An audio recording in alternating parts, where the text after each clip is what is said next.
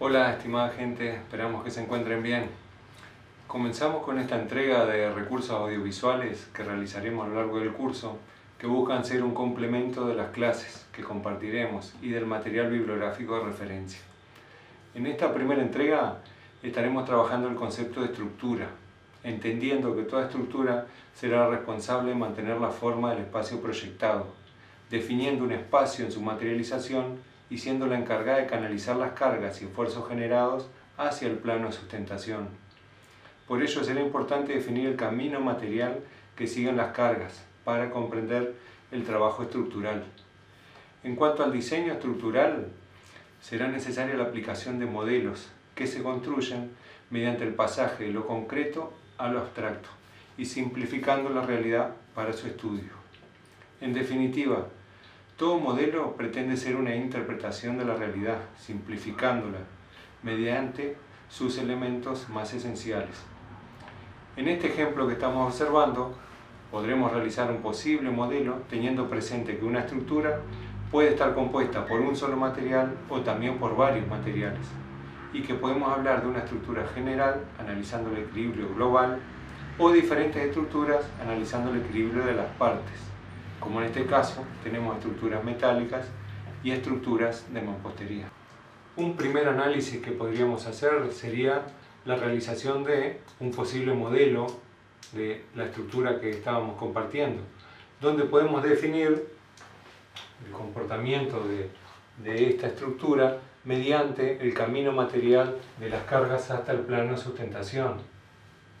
O sea, cómo esas cargas se canalizan mediante la estructura hasta llegar al plano de sustentación, teniendo, lo que habíamos comentado, la posibilidad de analizar la estructura general mediante estructuras diferenciadas. Por ejemplo, un primer comportamiento que puede ser esta estructura metálica y luego la descarga hacia el plano de sustentación.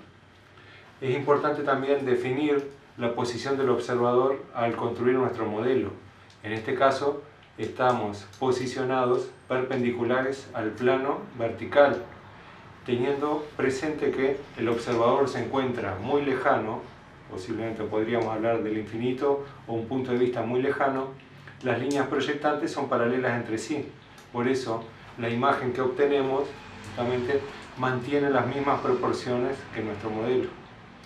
De este modo, lo que estamos hablando es un alzado o una proyección vertical, donde podrán ver ustedes que independizamos uno de esos elementos para poder analizarlo individualmente, entendiendo que forma parte del resto de la estructura.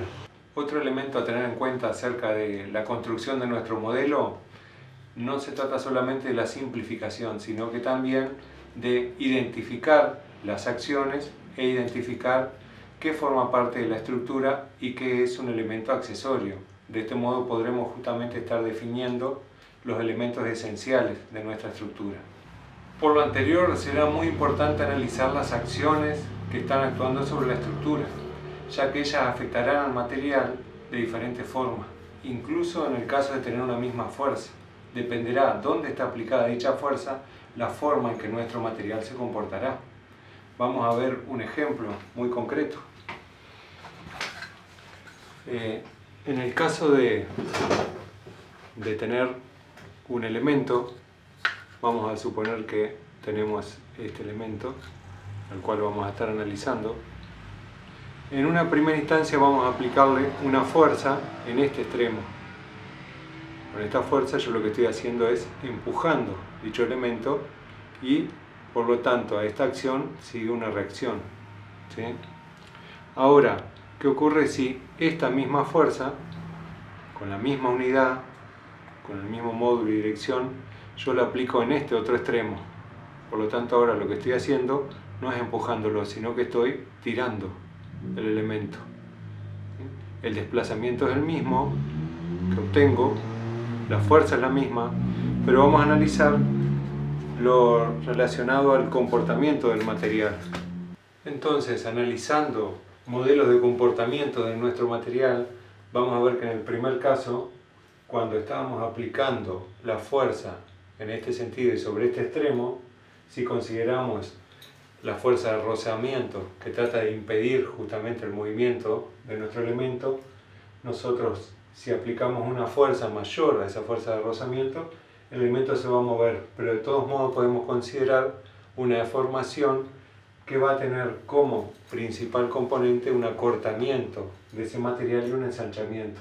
Ahora, si nuestra fuerza, la misma fuerza con la misma magnitud, la aplicamos en el otro extremo de nuestro elemento, en ese caso la deformación que va a estar sufriendo va a ser un alargamiento y un adelgazamiento del material. La cantidad de material se mantiene igual, o sea, va a ser la misma cantidad de material, pero lo que sí va a ser diferente es el comportamiento que va a tener nuestra pieza. Por eso es importante determinar cuáles son las acciones y también en qué punto o en qué extremo están aplicadas esas acciones sobre el material que estemos estudiando. Por ello vamos a estar clasificando nuestras acciones dependiendo de diferentes factores. Por ejemplo, vamos a clasificarlas según su origen en gravitacionales, que son las vinculadas a la masa y la atracción gravitacional.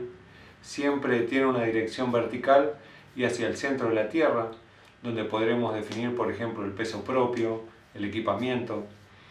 También pueden ser acciones, según su origen, eólicas, debidas a la acción del viento, que depende de la ubicación y la implantación, la altura y la forma.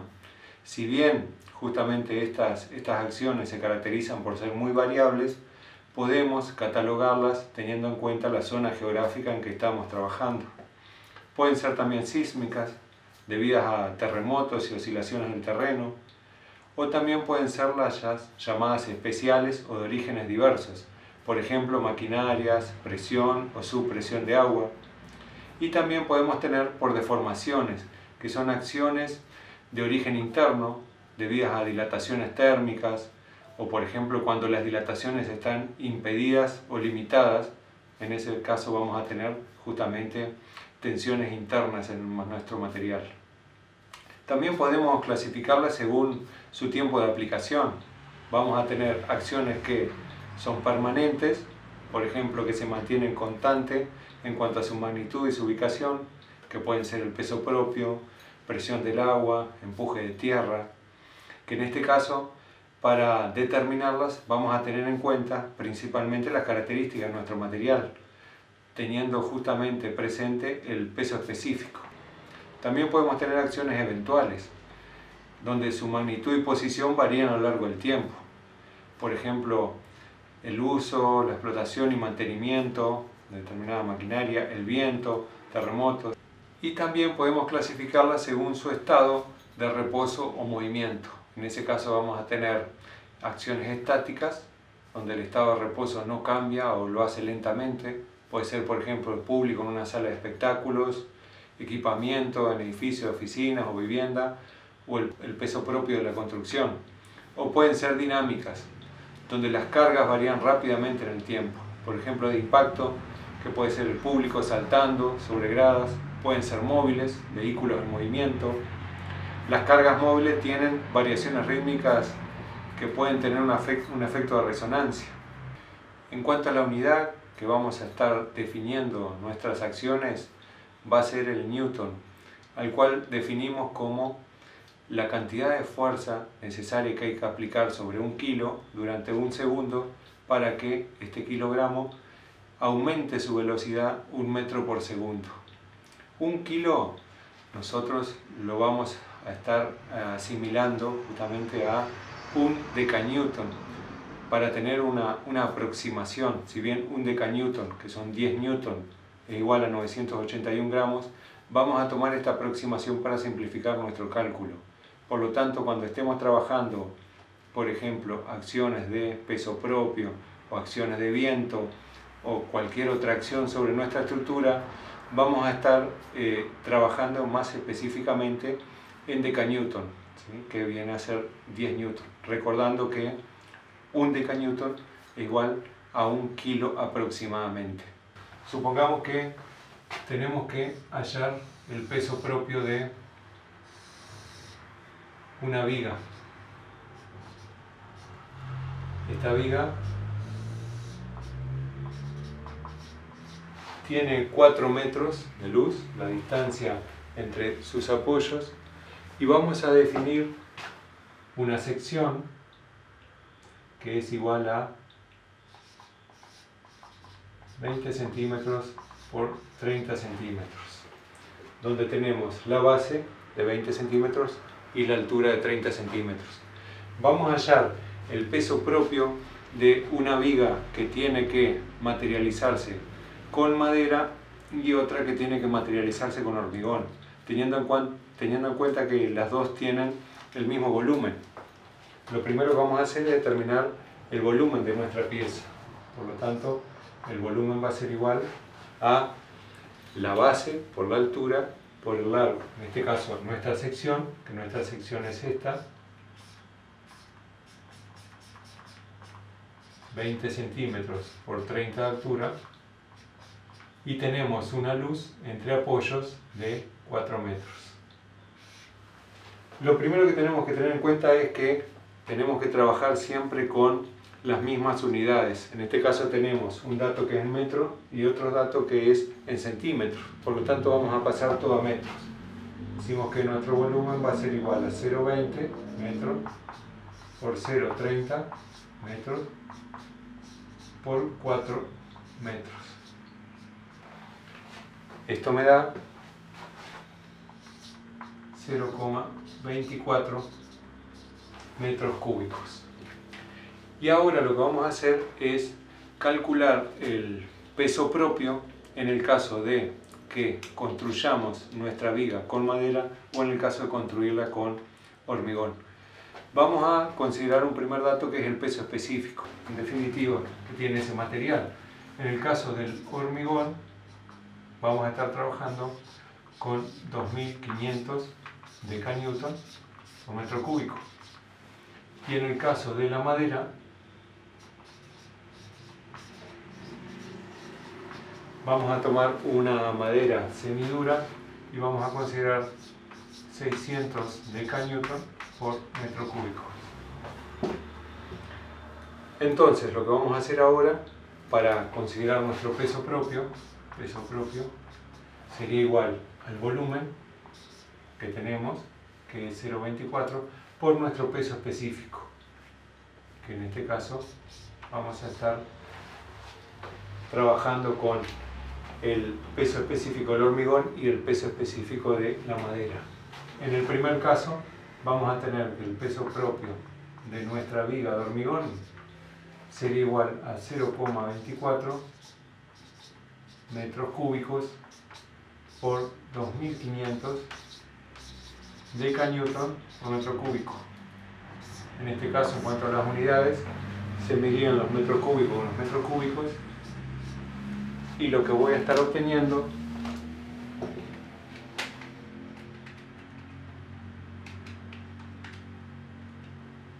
es un valor de 600 decanewton.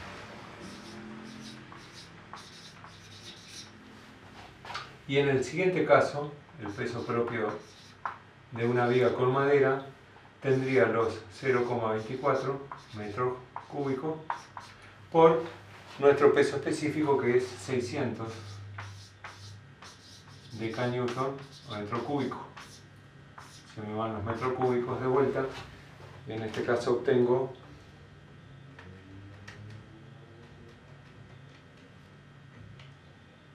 144 decanewton. ¿Sí? Como habíamos comentado anteriormente, el volumen va a ser el mismo, pero el peso propio de cada una de estas piezas, en el caso de materializarla con hormigón armado, tendríamos 600 decanewton, y en el caso de materializarla con madera, tendríamos 144 decanewton. Ocurre cuando analizamos una estructura concreta y el modelo de comportamiento que va a tener esa estructura en cuanto a el camino material de las acciones. También es importante definir por qué trabajamos con una unidad de fuerza como el Newton, porque vamos a estar trabajando en nuestro plano operatorio con vectores, o sea, todo lo que tenga que ver y todo lo referente a la resolución de nuestra estructura en cuanto al equilibrio global o el equilibrio de las partes, lo vamos a estar haciendo muchas veces mediante álgebra vectorial. Por ello justamente vamos a tener presente el trabajo con una unidad de fuerza. Y también tener presente que en cualquier estructura que nosotros estemos trabajando, partimos de una hipótesis que es tener presente las tres ecuaciones de la estática. O sea que la sumatoria de todas nuestras fuerzas horizontales va a ser igual a 0, la sumatoria de todas las fuerzas verticales igual a 0 y la sumatoria de todos los momentos igual a 0. Entendiendo los momentos como esfuerzos de giro con relación a un punto o a un eje. Por ello se define como fuerza por distancia. En este caso vamos a estar trabajando con este ejemplo de estructura donde vamos a tener un entrepiso que está descargando sobre unas correas y esas correas sobre unas vigas y luego esas vigas transmiten la carga hacia el plano de sustentación mediante los pilares. Esto es lo que habíamos hablado acerca de la importancia de reconocer el camino material de las cargas hasta el plano de sustentación. Y ahora comenzar a analizar cada uno de estos elementos mediante diferentes modelos. Cuando vamos a realizar un modelo es importante también tener presente la posición del observador. Por ejemplo, si queremos analizar la descarga de esta cubierta, nosotros vamos a tener una acción superficial. O sea, esa acción superficial, ¿qué quiere decir? Que se distribuye sobre una superficie. Por lo tanto, esta acción yo la voy a estar definiendo con una unidad que es decanewton por metro cuadrado. O sea, esa acción se está justamente distribuyendo sobre una superficie. Ahora, para analizarla, nosotros vamos a convertir esta acción en decanewton por metro cuadrado a una descarga lineal, porque esta descarga superficial se está canalizando hacia estas correas. Para ello, nosotros lo que vamos a hacer que es tomar una faja de 1 metro y posicionarnos perpendiculares a el elemento que queremos estudiar. En este caso, lo que vamos a estar estudiando es esta correa. Por lo tanto, nuestro modelo podría ser este.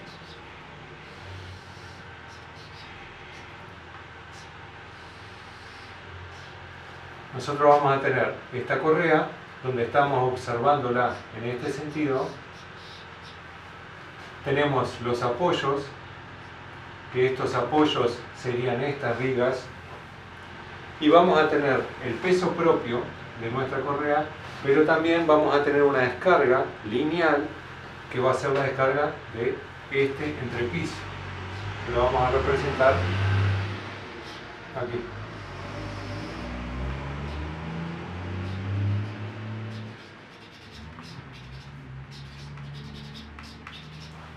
Por lo tanto, nosotros vamos a tener la descarga de nuestro entrepiso y también el peso propio de nuestra correa. Esto va a estar generando una descarga que va a ser la que nosotros vamos a colocar sobre nuestra viga. Este valor justamente es el que vamos a estar colocando sobre esta viga. Ahora, ¿qué ocurre cuando vamos a analizar esta viga? El punto de vista que teníamos anteriormente no me resulta útil, porque estaría viendo esta viga como un punto, como lo estoy viendo acá. Por lo tanto, vamos a cambiar nuestro punto de vista y ahora vamos a posicionarnos perpendiculares a este eje de la viga. Por lo tanto, el modelo que podríamos realizar de esta viga sería el siguiente.